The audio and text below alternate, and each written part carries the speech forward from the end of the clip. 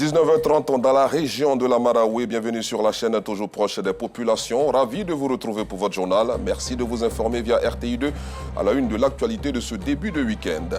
Promouvoir l'entrepreneuriat agricole, créer des opportunités d'emploi pour les jeunes et renforcer la sécurité alimentaire. Tels sont les objectifs du concours du challenge de l'hectare le plus rentable lancé récemment. Les détails dans quelques instants.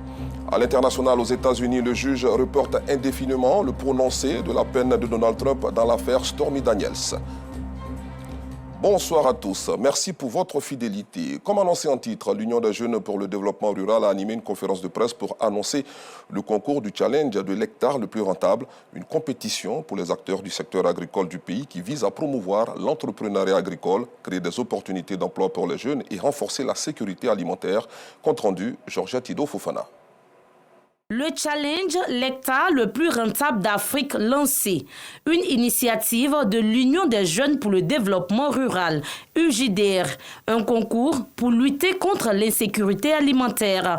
Il vise également à favoriser la production locale et à réduire les coûts de production et de distribution des produits agricoles. En produisant mieux, avec de bonnes pratiques, avec des formations, avec l'intégration de technologies, ça va nous permettre de pouvoir augmenter la production agricole de 30 à 50%. Pour nous, c'est de pouvoir primer le meilleur agriculteur de Côte d'Ivoire à l'issue du challenge. Ce challenge met en compétition les jeunes agriculteurs d'Abidjan et ceux des villes de l'intérieur. Pour une durée de 8 mois, ces jeunes agriculteurs doivent cultiver sur un hectare des produits de cycle court, dont le maïs, le manioc, la tomate, les aubergines, entre autres. Une opportunité d'affaires pour la jeunesse, selon les responsables de l'Union des jeunes pour le développement rural. En compétences, vous gagnez. En visibilité, vous gagnez. En innovation, vous gagnez.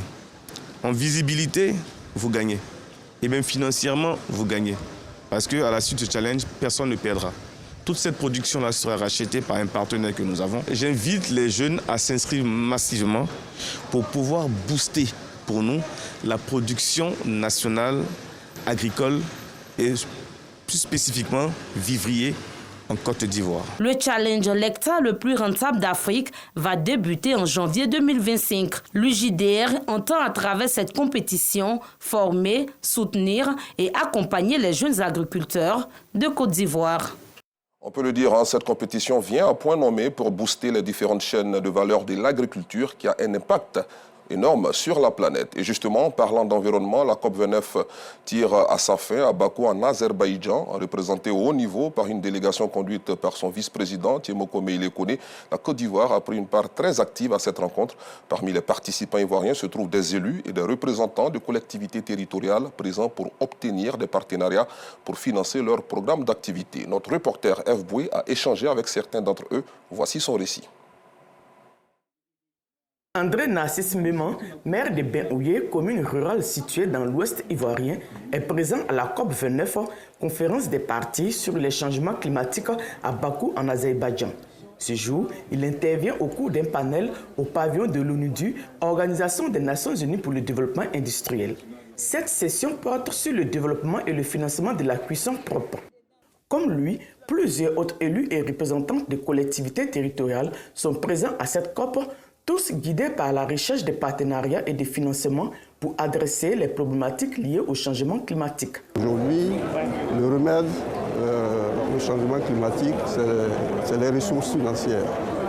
Nous avons des budgets qui ne sont pas importants. Autant l'État plaide pour avoir des financements dans le cadre, par exemple, de la restauration du couvert forestier, autant des petites communes comme nous aussi plaidons pour avoir des financements pour mettre en œuvre les stratégies que nous avons pu élaborer. Ce genre de rencontre au niveau de la COP29 permettra de rencontrer des partenaires à l'effet de financer l'énergie verte. C'est le lieu approprié justement pour continuer notre plaidoyer en termes d'obtention de financement, d'accompagnement nécessaire, d'appui. Il nous faut absolument reboiser nos forêts et faire du planting d'arbres dans nos villes pour en faire des villes vertes. Transformer les territoires en villes vertes, le projet est en gestation. Je suis parti tout récemment en Italie, à Rome, rencontrer les responsables du FIDA et de la FAO pour solliciter leur appui à l'effet de m'aider à mettre en œuvre un projet nommé la Ville verte en Côte d'Ivoire. J'envisage de faire une grande réunion avec les collectivités territoriales à Abidjan, les maires, les présidents des régions, pour parler de ça avec eux. Cette édition de la COP, surnommée la COP du financement, vise à convenir d'un nouveau régime de financement de la lutte contre le changement climatique. Il s'agit d'accroître les contributions des pays développés pour atteindre plus de 1000 milliards de dollars par an jusqu'en 2030. L'objectif précédent de 100 milliards de dollars par an jusqu'en 2025 n'a pas été atteint. Et puis, c'est un ouf de soulagement pour les commerçants de Wanzanou, village de la sous-préfecture de Gbegbesu, dans la région de la Maraoué, qui avaient des abris en matériaux précaires comme marché. Une vraie souffrance pour ces commerçants. En temps de pluie, une fille de la localité leur a offert 3 bâtiments modernes pour mettre fin à leur calvaire. Reportage Théodore Zozou. Wanzanou, village de la sous-préfecture de Gbegbesu, dans le département de Boaflé, région de la Maraoué. Ces abris, proches du centre de santé, servaient autrefois de marché. Les bruits émis depuis ce lieu de commerce perturbaient la tranquillité des patients du dispensaire. Face à toutes ces difficultés, une fille du village a fait don de 3 hangars modernes.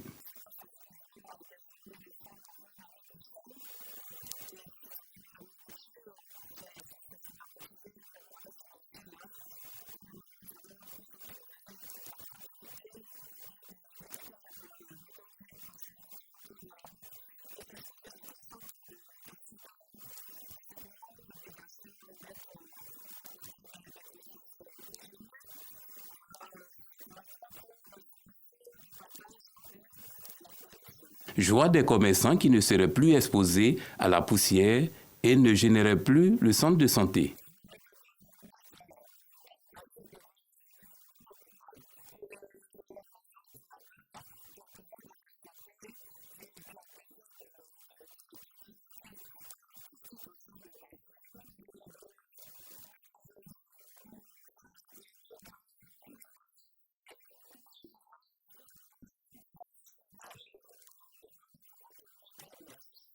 Tout comme les bénéficiaires, les cadres et le conseil régional ont salué cette action sociale.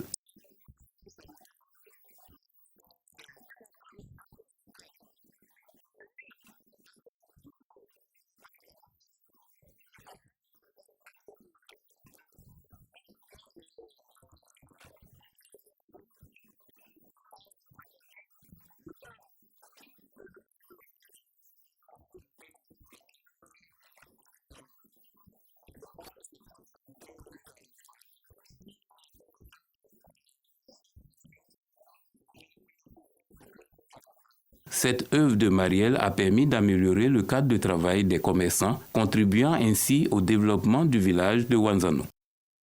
Retrouvons notre reporter Théodore Zouzou pour parler religion cette fois. Les fidèles de la communauté ariste de Cocody-Angré ont procédé à la rénovation officielle de leur temple. À l'occasion, les guides religieux et les invités des marques ont invité les fidèles chrétiens à cultiver la symbiose fraternelle. Un nouveau vent souffle sur la communauté ariste d'Aboboté depuis le week-end dernier. Elle a procédé à la rénovation officielle de son nouveau temple.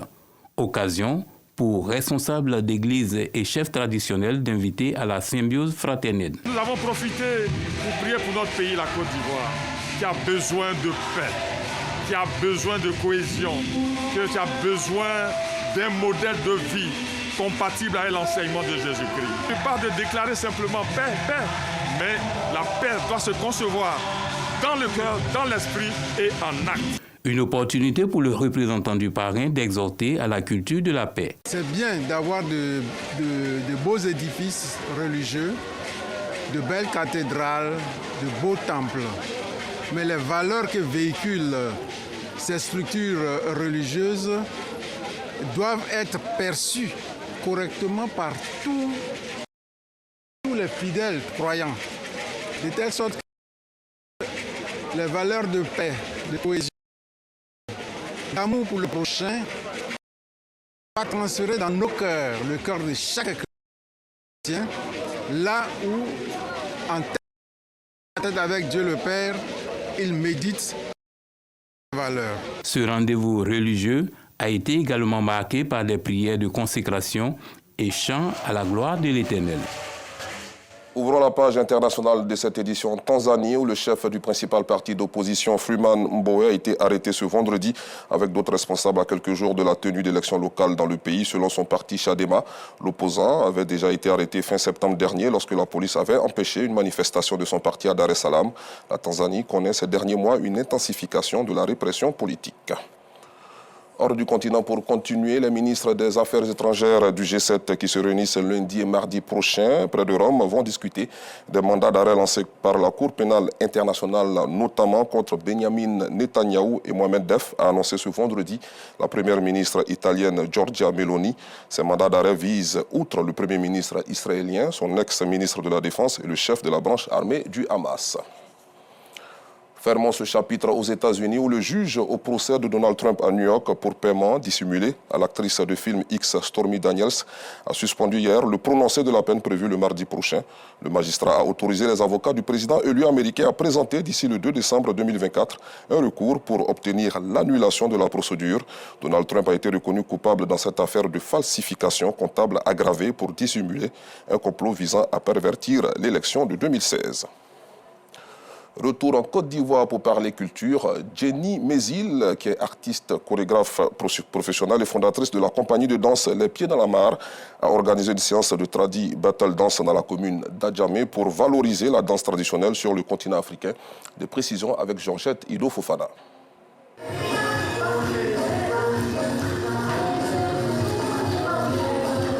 Valoriser la danse traditionnelle sur le continent africain, c'est le but de Jenny Mézil, chorégraphe, danseuse. Elle est la fondatrice de la compagnie de danse Les Pieds dans la Mare. Jenny Mézil a mobilisé son équipe dans cette salle de la commune d'Adjamé pour mettre en lumière une danse dénommée la danse traditionnelle. Elle véhicule des messages, des valeurs sociales, des enseignements moraux et des histoires anciennes à travers des sauts acrobatiques, des mouvements rapides des jambes, des torsions du corps, plus ou moins douces et fluides, avec des gestes symboliques. Nous, on est une école de formation. Maintenant, là, cette équipe-là, on est là depuis plus de 3 ans avec. On ne danse pas parce qu'il faut danser, parce que l'Afrique existe, parce qu'il y a une culture, parce qu'il y a des traditions, parce qu'il y a des valeurs. Et ma danse, c'est aussi la même chose. Hein. On a toujours des sujets qui nous poussent à danser. Soit on traite de la violence ou on traite de l'histoire, parce qu'on a beaucoup d'histoires qui méritent d'être mises en scène. C'est avec amour et passion que ces jeunes collaborent avec Jenny Mézil. Je suis passionnée d'art et de culture. J'exhorte la population à mettre en évidence ces leaders-là qui essaient de mettre en lumière la culture et l'art. La danse, d'abord c'est une vie pour moi. Et aussi, la danse aussi, c'est un sport. Je me sens seul, c'est la danse qui est ma famille d'abord. Et aussi, mon rêve, c'est d'aller au-delà de tout ce que je fais actuellement, de créer d'abord une école. La danse traditionnelle est une expérience physique, émotionnelle et spirituelle qui relie les individus à leur héritage culturel. Elle est un moyen de renforcer les liens sociaux et d'honorer les ancêtres.